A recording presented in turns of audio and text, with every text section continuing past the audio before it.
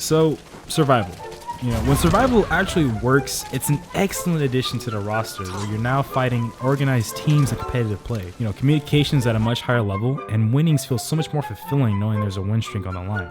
Unfortunately, this shit rarely fucking happens! First off, disconnections are rampant across all the consoles, and with a quick search on Twitter, I can tell I'm definitely not the only one in this position.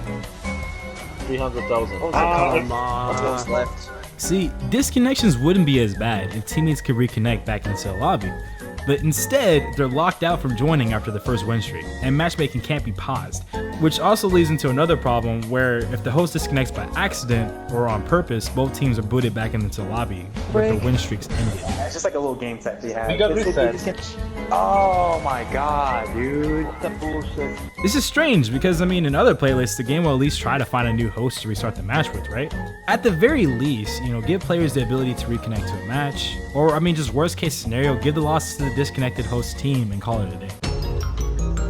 The matchmaking system in survival is just bad at matchmaking. Oftentimes, F rank and E rank teams are stuck against B's and A ranks, getting utterly demolished. And okay, now you might be saying, okay, but Professor Khai, that's all survival was like in MGO 2. It's survival of the fittest. Well, you see, that's the thing. On Twitter, it was confirmed that survival uses a matchmaking algorithm that they don't plan on disclosing anytime soon. Which makes me ask the question, how the hell did this happen? Do you see the fucking ranks on these kids? Hell, their titles? That's a fucking foxhound. The other team doesn't even have a title in general. Like, it's a fucking rainbow down there. This has also led to the problem of players unable to join any teams because of their ranks. If survival is meant to be played by only the best of the best, you're going to start seeing an increasingly smaller and smaller pool of players as weaker players give up on the game altogether. We can already see that now, as survival is the least played playlist of all, and it's only going to keep going down from there. Because survival is a hyper-competitive playlist, the flaws in the game's mechanics become even more obvious. You'll start to notice that no matter what the objective is, it'll always boil down to a point game. Honestly, the objectives are just there just to drive more instead of to move around. If you want to see the future of survival, all you have to do is take a look at how past ESL matches have gone down.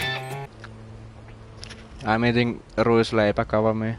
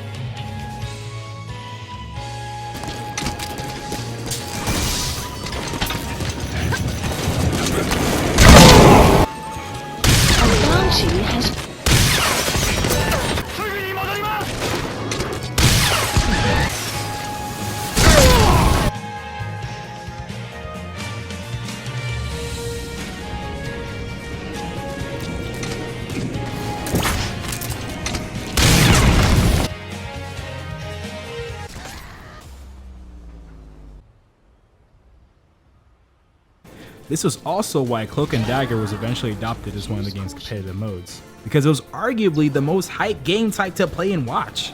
I can see a player's true ability in close quarters in these kind of moments. Another problem with survival is arguably that it's 24/7. While I understand that the Japanese dev team wants to make the playlist accessible to everyone, having a third playlist that just splits up more people does more harm than good.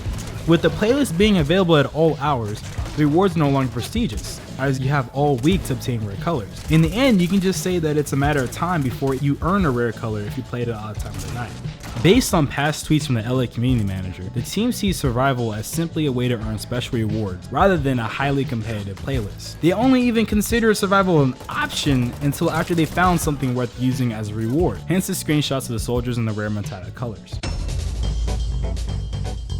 I hate to sound like that guy, but clans, text chat, and survival were always grouped together when people asked for new additions to Metal Gear Online. So it's strange that the team chose the most difficult of the three and ignored the two other relatively easier to make requests. And while I understand you can always use a mic to communicate with teammates, it just seems like such an elementary addition that you could have easily been patched in.